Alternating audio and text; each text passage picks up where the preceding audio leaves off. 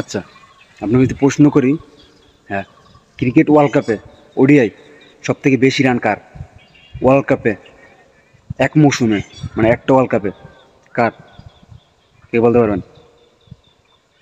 আচ্ছা চলেন একটা হিন্স দিই। 11টা ম্যাচ, হ্যাঁ, 11টা ম্যাচ, 765 রান,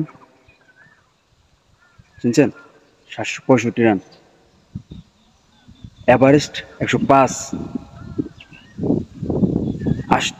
5টা 50, 3টা শতক, স্ট্রাইক 9, এভারেজ 100, হাইয়েস্ট 117। কে? ধারণা করতে পারছেন? হ্যাঁ, নামটা কিং কোহলি। এই রেকর্ডটা এতদিন ছিল সচিন টেন্ডুলকারের, সেই রেকর্ডটা নিজের নামে করে আনেছে বিরাট কোহলি। নামটা কিং এমনি এমনি হয় না।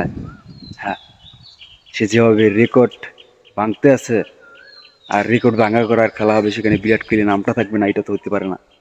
আর নামটা কিং কোহলি। হ্যাঁ, যেখানে এতদিন এই সচিন টেন্ডুলকার ছিল 664 নিয়ে, বিরাট কোহলি তার থেকে 100 রান বেশি নিয়ে আছে এখন টপে। হ্যাঁ।